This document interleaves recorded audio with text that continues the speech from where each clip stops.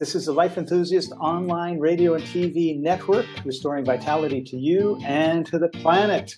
I'm Scott, he's Martin, and he's on one of those two sides. And he happens to be on the west coast of Canada, or very close to the west coast of Canada, and I happen to be very close to the west coast of Morocco in North Africa. So we're really excited to be able to bring you this international Facebook Live event streaming from around the world.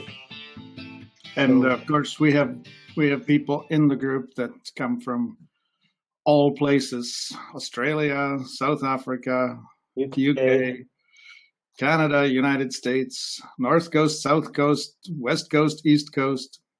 Yeah, there's one lady from UK just putting her hand up. Awesome. So what we want to do today is we want to talk about magnesium for the next 15 to 20 minutes, and then we're going to open it up for any questions that you may have. So Martin, first, I guess the first question is why is magnesium important to our health? There are essentially 5 or 6 major minerals or elements that constitute what we would know as the electrolytes. And you have calcium, magnesium, sodium, potassium, and then phosphorus, sulfur, and iron. Those are essentially the major ones. And they're the autonomic nervous system, which is the nerves that you don't voluntarily or willfully control by your brain. The ones that control things that you can forget about, such as your breathing or your blood pressure or your heart beating or your digestion happening and things like that. That is called the autonomic nervous system. And when we're told that 90% of our brain is outside of our reach, that we don't use it, oh, it's working, it's busy, it's doing stuff, and it's managing all of these things. And the autonomic nervous system has 2 branches, sympathetic and parasympathetic. And the sympathetic is also known as the fight or flight, and the parasympathetic is also known as the rest, digest, and repair. And one of them is always in dominance. And so when you're in the fight or flight mode, the sympathetic, you're essentially trying to preserve your existence. You're worrying about getting out of danger, or the classic example in literature is there's a saber-toothed tiger you need to get away from, otherwise you're his lunch.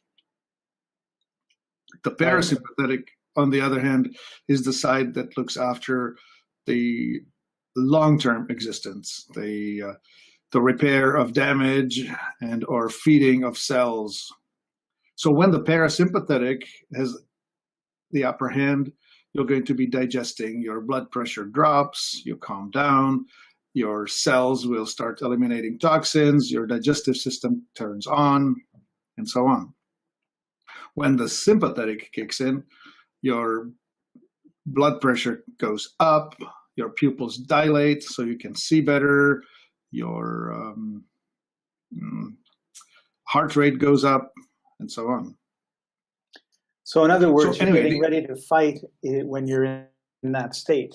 And we're in that state pretty much all the time, which means our body never repairs itself, which means if we have a problem and it's causing us pain, it's going to continue and not even get better because our body hasn't gone into a state where it can actually start repairing itself. Right. And so if you are not sleeping well, that means you're staying sympathetic, and the parasympathetic is not getting enough time to repair. And so you're aging faster, you're breaking down, you're tearing down, and you're not restoring. We're supposed to have a activity time and then fix and repair time. And if it's not balanced, it's shown as aging. Well, you can look at my face that I've had more sympathetic than parasympathetic over the years.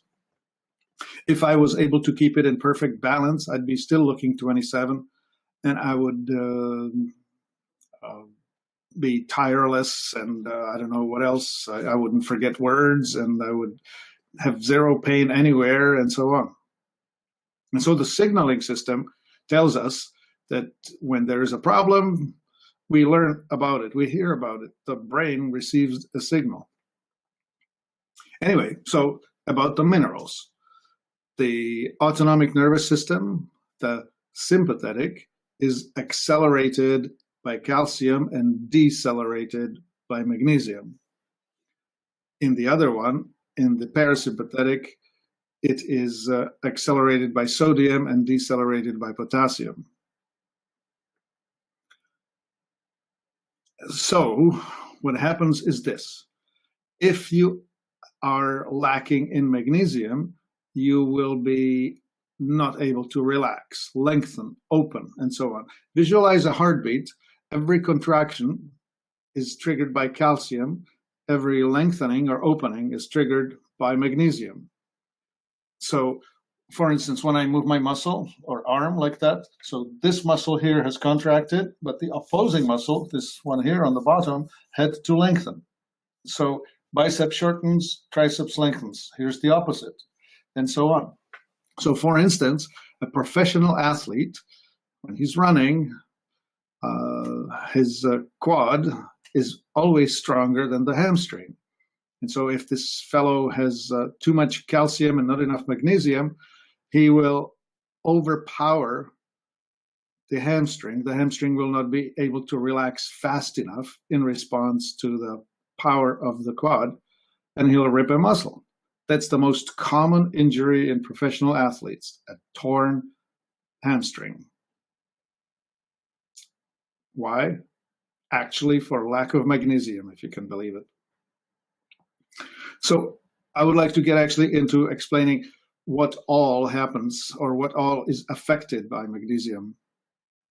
When you have not enough magnesium, you're experiencing things such as anxiety, fatigue, tightness of muscles, twitches of muscles, cramps of muscles, poor memory, seizures, vertigo, intestinal problems of the constipation kind, insomnia, incoordination, faintness, as in falling over, and then at extremes, depression, confusion, ADD, and so on.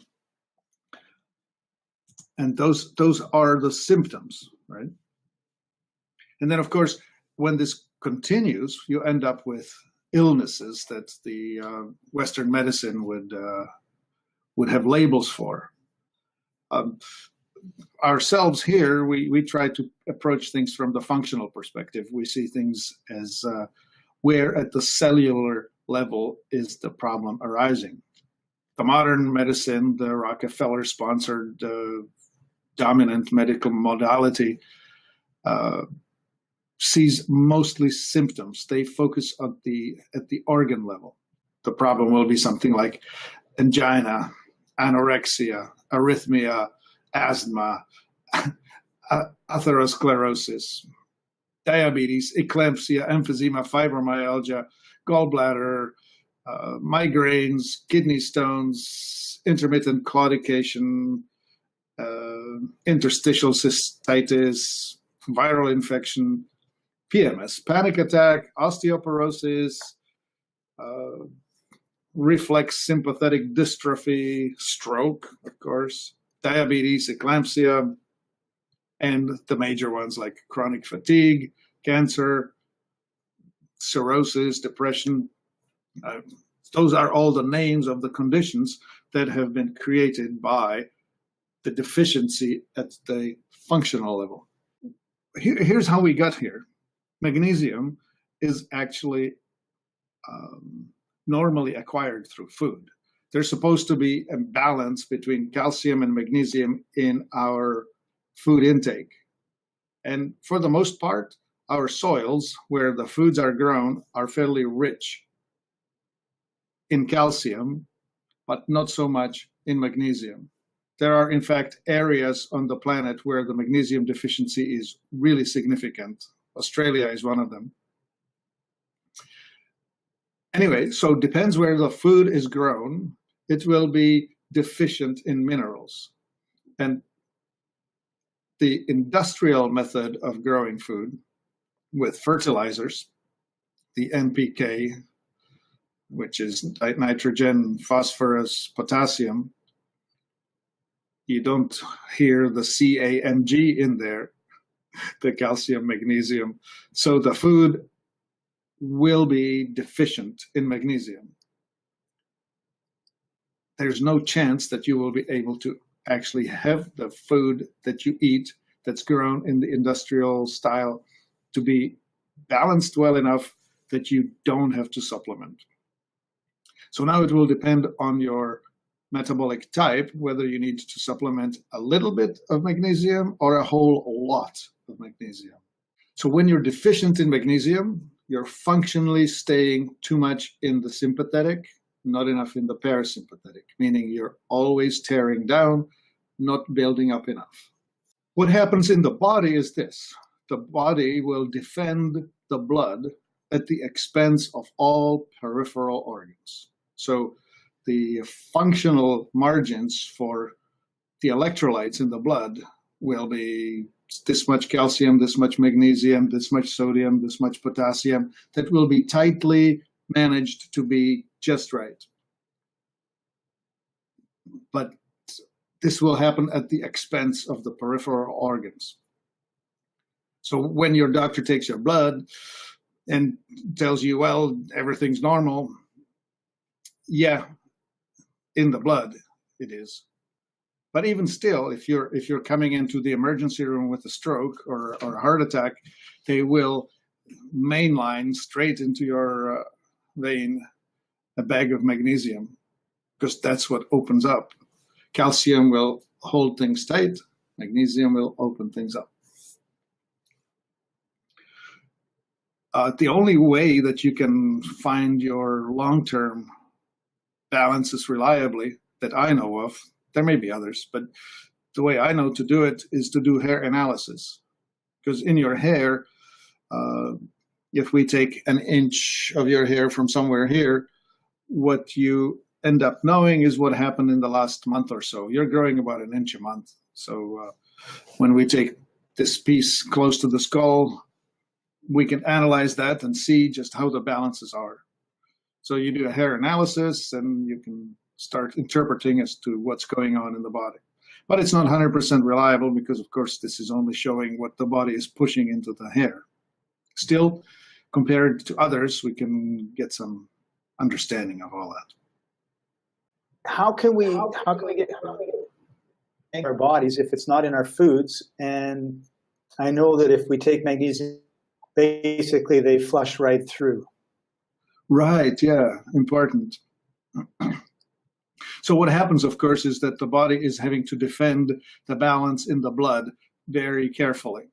So when you ingest things, you take it through the mouth, stomach, it hits the intestine, and pretty quickly it's going into the digestive system. So if you ingest large amounts of these minerals all at once, it just upsets the balance. It's a spike in the blood, so the body has to get rid of it, and the kidneys will filter it out. And if it's even a larger amount, you just cause the diarrhea. Like magnesium is actually a famously effective way of inducing diarrhea. Or, I mean, if you're constipated, you take magnesium to level of comfort. But if you want to just clean out, you just push it past that point, and you can, 2-3 teaspoons of magnesium chloride, and everything comes out within 10 minutes. It's fairly quick. Is it dangerous if you like that, Martin? Not that we're recommending that you do, but if you accidentally took a little too much magnesium, would it cause damage? No, just discomfort. I've played with it myself. So when you take too much magnesium, well, don't get in your car. Wait until this whole thing is resolved. You will need about half an hour to maybe an hour. Because when it comes on with intensity that does not allow you, that's non-negotiable. It's coming out. Okay, so what's the best way to get more magnesium so we're no longer deficient in it? So when you're taking it in smallish amounts, like in food, that's just fine. But if you have already built up a deficiency, now you need to try and supplement to make up the difference. And so taking it by capsules is very slow. Um, Therefore, the only other available option is through the skin, topical. So you can actually create foot soaks or full body baths or rub it on.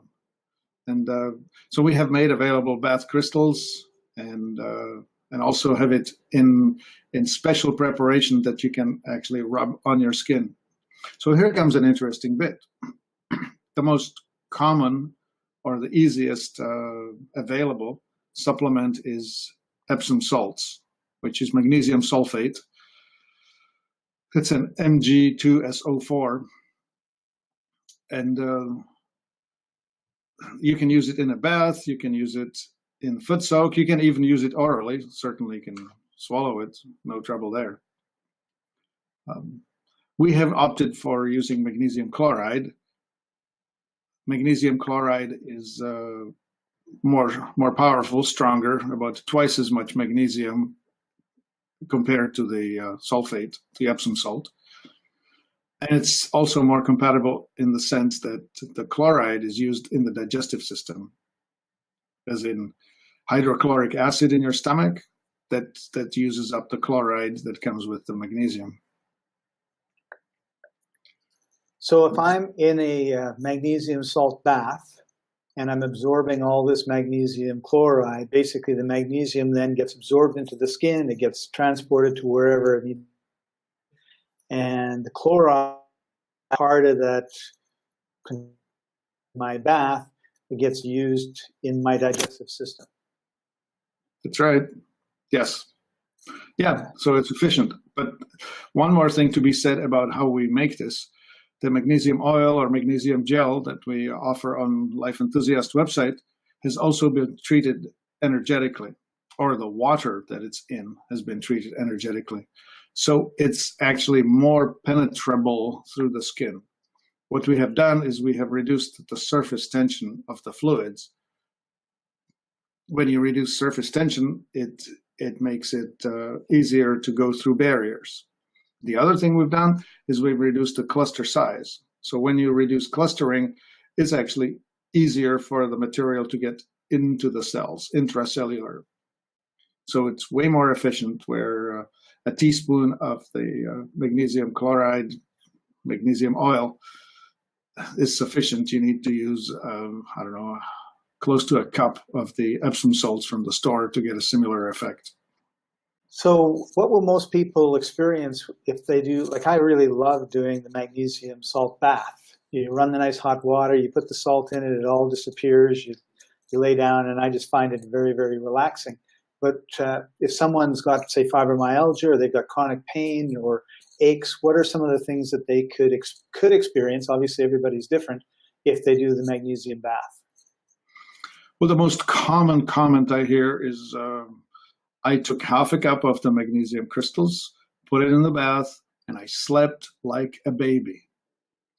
I didn't need to take my fill in the blanks, Lunesta, or whatever it is that they have been depending on to go to sleep or have a decent sleep.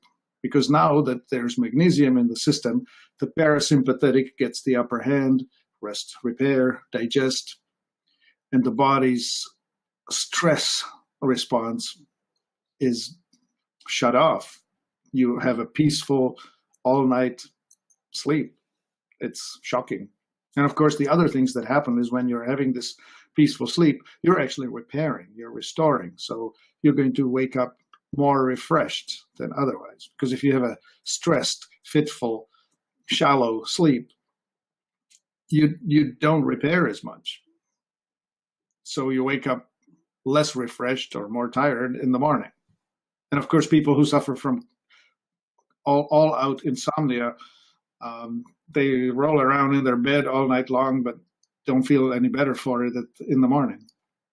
What we've talked about basically is there's not enough magnesium in your diet, so you're deficient on it. Particularly if you've got white flour in your diet, white sugar in your diet, and you're not, say, eating organic, because our whole processing food system basically takes out. And the result, of course, is that we're constantly in this fight or flight, high tense, stressful situation, lifestyle. And of course, our body then cannot repair itself. And if we have magnesium, we're able to get into sort of the relaxation, the rebuilding stage. And of course, we all know that if you take a pill to fix something, it's, $50 a pill, or or $1,000 a pill, or some outrageous amount. And no doubt, Martin, what we're talking about with magnesium crystals is also incredibly expensive. Right, it's not. So it's not. The magnesium oil that we sell is $20 for 96 servings, and if you want to buy it by the gallon, that's what is it, 800 servings for $80. Right. So it's very, very inexpensive, which is why nobody wants to talk to you about it. Well, nobody in the medical system. What a typical pharmaceutical representative, also known as MD, will recommend is calcium channel beta blocker. Well, why would they use a calcium channel blocker when all they need is the natural antagonist, which is natural magnesium mineral, right? The seesaw, calcium up, magnesium down. So instead of trying to push down on the calcium, you could just try and raise the magnesium. Simple. So instead of a 20-cent solution, you end up with a $20 solution with the pills, and with a natural downside of toxic drugs rather than something natural that your body knows how to process without any damage or penalty. Anyway, so blood pressure, for instance, is one of the inflammatory symptoms, and you can reduce or normalize blood pressure by adjusting the calcium-magnesium balance. The other balance, of course, is the sodium-potassium, which we didn't want to focus on here, but doctors will naturally tell you that you should reduce your sodium intake without telling you that you could also fix it by increasing your potassium intake, which is naturally present in apple cider vinegar or in bananas or all fruit, really. So, right. So if somebody, for example, has fibromyalgia and they find that getting in and out of the bath is too painful. Well, if you want to use the crystals, you can use them in a foot soak. They set up a 1 gallon, 2 gallon bucket of warm water and put some of the crystal salt in that. Or if that's not convenient, get the magnesium oil and just take a teaspoon and rub it on your belly, your legs, somewhere, anywhere on the skin. It'll absorb over the next hour or so and do its job. So it's best to use it. Go ahead.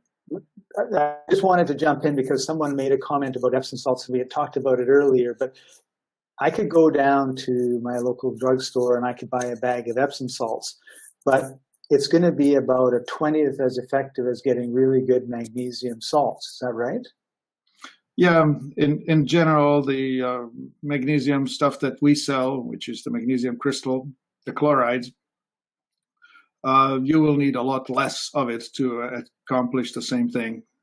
Plus, we have it energetically worked on for the surface tension and the cluster sizing that I mentioned earlier. So it will be more effective. Cool. All right. So, Martin, are there any last comments about magnesium? And if not, we'll wrap up this part of it and go on to just some Q&As. No, I think I've said it all. It's an easy to get, little talked about, mainly because there's not a whole lot of money to be made on baseline requirements for managing your health. Right.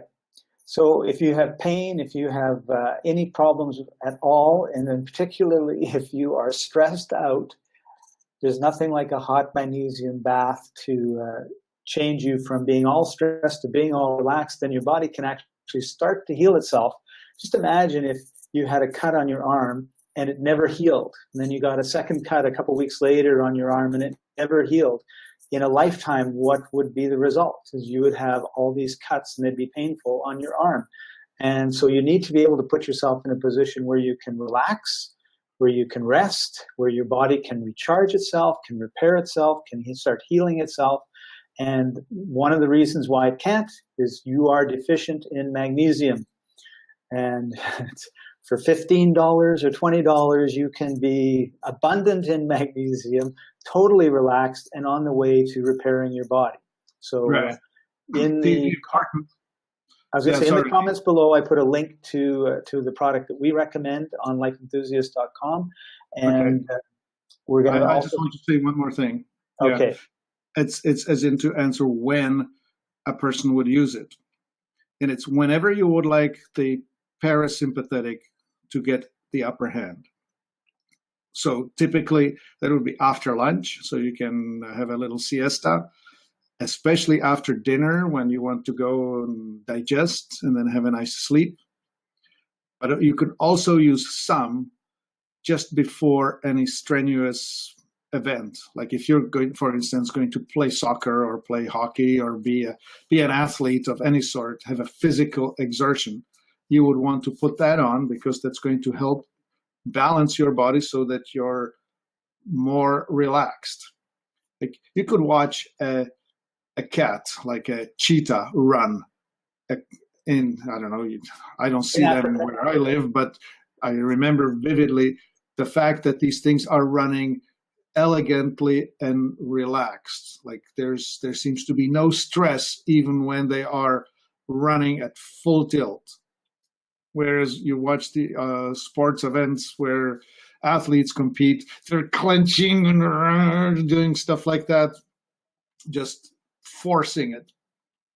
If they had sufficient magnesium on board, they would be more like the cheetah because they would not be fighting themselves. They would have a peak performance without stress. And that's when you want to use the magnesium, before strenuous activity and whenever you want to shut down, relax, repair, and restore.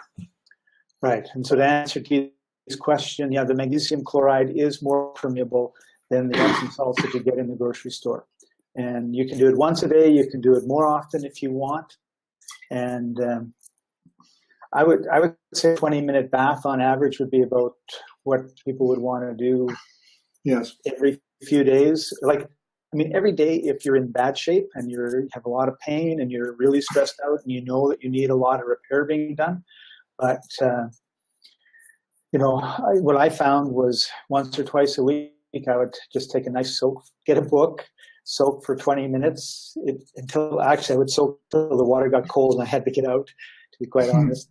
And then I would go to bed. So that's usually when I did it. Right. Yes. So the magnesium chloride is better than the magnesium sulfate.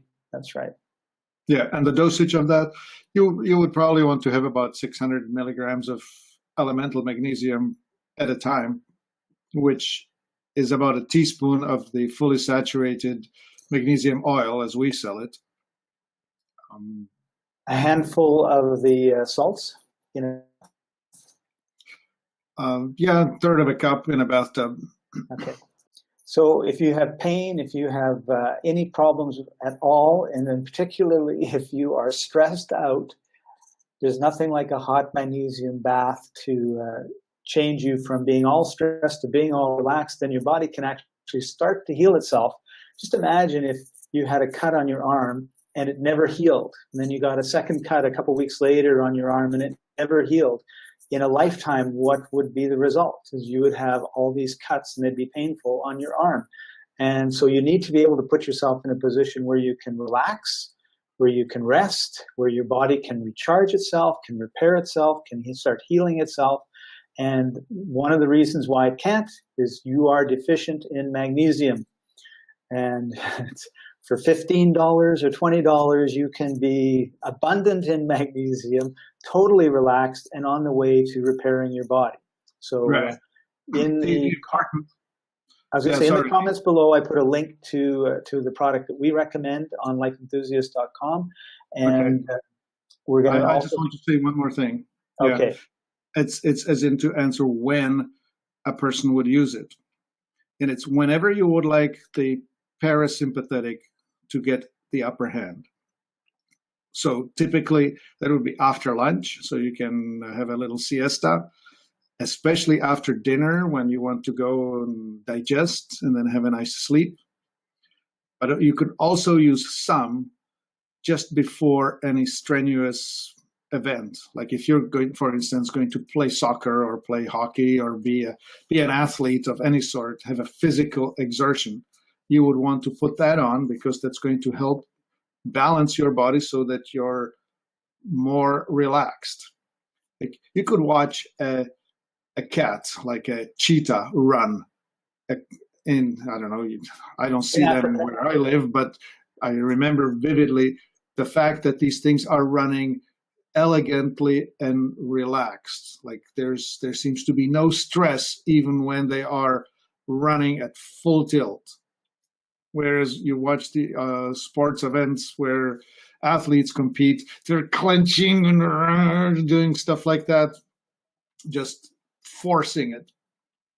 If they had sufficient magnesium on board, they would be more like the cheetah because they would not be fighting themselves. They would have a peak performance without stress. And that's when you want to use the magnesium, before strenuous activity and whenever you want to shut down, relax, repair, and restore. Right. And so to answer Keith's question, yeah, the magnesium chloride is more permeable than the Epsom salts that you get in the grocery store. And you can do it once a day. You can do it more often if you want. And I would say 20-minute bath on average would be about what people would want to do. Yes. Every few days. Like, I mean, every day if you're in bad shape and you have a lot of pain and you're really stressed out and you know that you need a lot of repair being done. But, what I found was once or twice a week, I would just take a nice soak, get a book, soak for 20 minutes until I would soak until the water got cold and I had to get out, to be quite honest. And then I would go to bed. So that's usually when I did it. Right. Yes. So the magnesium chloride is better than the magnesium sulfate. That's right. Yeah, and the dosage of that, you would probably want to have about 600 milligrams of elemental magnesium at a time, which is about a teaspoon of the fully saturated magnesium oil as we sell it. A handful of the salts, yeah, a third of a cup in a bathtub. Okay, yeah. I usually just poured it, but it would be about a third of a cup is what I would pour. Yeah. And we can definitely use the Life Enthusiast magnesium salts in your bath. Yeah, interchangeably. Bath, internal. I mean, we don't advertise it as internal, but it's safe. We use hospital grade or USP grade materials, so it would be safe enough to inject, never mind ingest.